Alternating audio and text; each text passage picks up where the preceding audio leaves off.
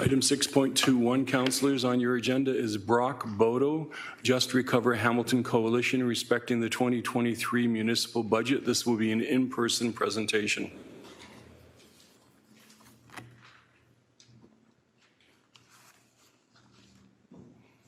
Hey, can everybody hear me okay? Yes, we can, Brock. All right, perfect. So, hi everybody. My name's Brock. I'm a lifelong resident of Hamilton, Ward 9 in Upper Stony Creek. Lived there my whole life, and I'm just here to kind of quickly try to highlight just a few things from the paper. I mean, obviously there's, well over 100 on there, so I don't have time to touch on everything here, but just a couple of things.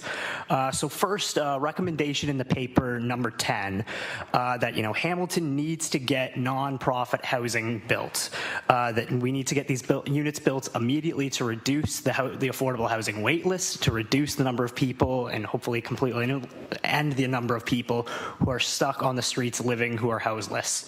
And, the members of the Hamilton Home Coalition have the sites and have the expertise to build 3,000 nonprofit housing units in our city over the next 3 years. This would significantly reduce the affordable housing wait list. This would mean fewer people living on the streets in our city. And, the federal government is already able to provide the majority of the funding for these projects. The only thing required from this council ultimately is the initial funding for the preliminary cost, such as the initial mortgage, surveying, design, and land acquisition. So around this table, I see a lot of people who won their elections saying they are going to get affordable housing built. Now is the time to deliver on that. And next up, I got recommendation number 4, increased investment to local sexual assault centers. And I mean, just one of the reasons why this is just so needed is the wait list to see a mental health professional for survivors. Right now, we've seen this disturbing trend of increased gender-based violence throughout the pandemic. And, currently we have one sexual assault center in Hamilton that has been underfunded for decades. And as a result of that, they do not have enough counselors to speak to everyone or to help everyone who requests mental health support from them.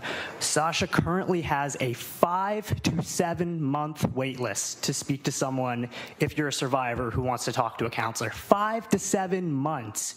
We're talking about the situation for many people in Hamilton where, you experience something so traumatic, you take a courageous step to go out there and seek help, and you're in an ongoing and immediate crisis, and you have to get told, no, I'm sorry, we don't have the counselors. You have to wait 5 to 7 months. 5 to 7 months. So, I mean, that's unacceptable.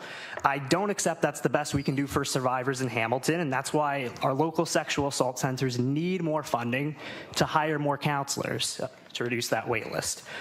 Third is recommendation number 5, to create a strategic plan to create more childcare spaces across the city of Hamilton in preparation for the rollout of the National Early Learning and Childcare Agreement.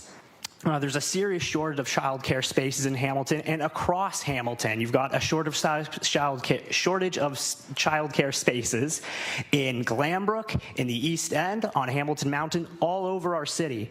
And if the pandemic taught us anything, it's that it's pretty much impossible to work while providing childcare. It's impossible to do, and it means that many parents have to wait years or longer to return to work, to go back to work after they have kids because they can't find childcare for them. Of course, this is disproportionately women who are often in that situation, so it's a huge gender equality issue in our city as well.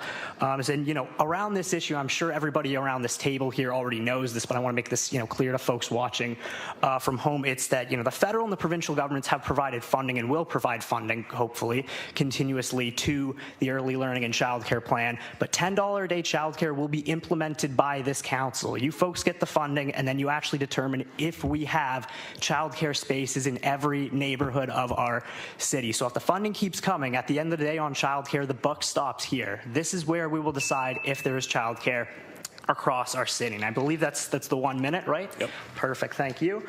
So finally, and so as well, just want to note a strategic plan to put childcare spaces in areas where they currently are not, in parts of our city where they are not.